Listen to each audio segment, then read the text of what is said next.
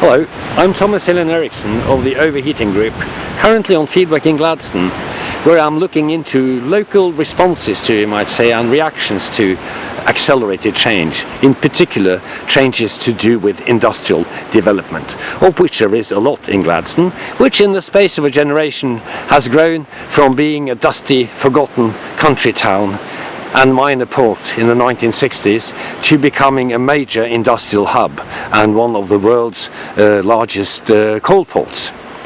I'm standing on Auckland Hill in the far north of the city, where there is a nice lookout where one can easily see some of the industrial installations that are in place. So let's just have a look around and see what we can say about those things. Well, right here you can see the Spinnaker Park, which is a lovely place to go for a walk with trees, birds. There's a beach. Nobody swims at the beach, but at least there is a beach. There's a cafe that's just opened, but immediately behind the Spinnaker Park you can also see the main coal terminal, the Tanner terminal, which is a rather major thing. But in fact it will be superseded within a year or so by a new terminal built slightly further north at Wiggins Island. You can also discern here behind the Spinnaker Park the marina and the little boats in which Gladstonites like to go out for an outing, maybe to go fishing when they have a day off.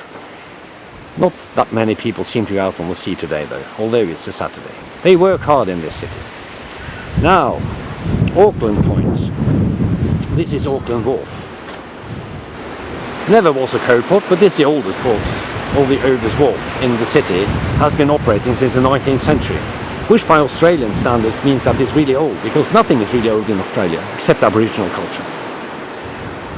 So if something has been around since the 19th century, it's considered very old. So here we are, the grain silos and Auckland Point. If we now turn around and look south, we can easily here discern QAL, Queensland Alumina Limited. Behind those storage tanks in the distance you can see it. And to the left of QAL we can take a look at Boyne Wharf, associated with Boyne Smelters, which turns the alumina into aluminium for export. So here we are, QAL, Boyne Smelters, Auckland Wharf. There's a bit of industry down here as well, to think of it. I mean, this is part of the warehouse and storage and transportation facilities of the port. So, of course, we have these large storage tanks, but you can also see some very large heaps of coal at Barney Point. As a result of these heaps of coal, although they are continuously being cooled by water, also to prevent dust, people who have gardens, who have garden furniture, or people who just have an outdoor windowsill, regularly have to wipe off the coal dust. It's in the air somehow. Right. Okay, just one more thing I'd like to show you before I make a couple of comments about what it is like to resist some of these developments in a town so committed to industry. Because here is the very symbol of Gladstone modernity, the power station. You see those three slim chimneys in the background. Beautiful power station. First stage opened in 1976, subsequently expanded, now provides central Queensland with much of its electricity. So we have everything in place for an industrial hub. Now what about people who are less happy about developments? What do they do? What do they say? How are they responded to?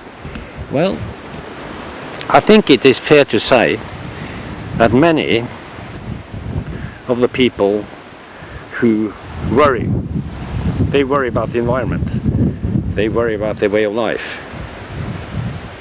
they worry, here we are, about the quality of the air, the quality of the water, about sick fish, about dead turtles, about the disappearance of dugongs from Gladstone Harbour, about strange illnesses affecting the mud crabs, which is a local delicacy, or who simply feel that things are happening too fast in an irresponsible way, and that the public are being lied to, or at least that some truths are being withheld from them. What about them? They're not that popular, you see. They're not very popular, because virtually everybody in Gladstone makes their living directly or indirectly through industry. So criticizing industry can sometimes be seen as a form of backstabbing, as a form of treason. The term whinging is sometimes used. You're complaining about nothing. You're weak. You shouldn't worry so much. You should look at the benefits that industry can provide instead of complaining. So this is one of the difficulties that environmental activists are facing in a city like this. The fact that the neighbors, the people they know, the people went to school with, are part of it and will be and are committed to being.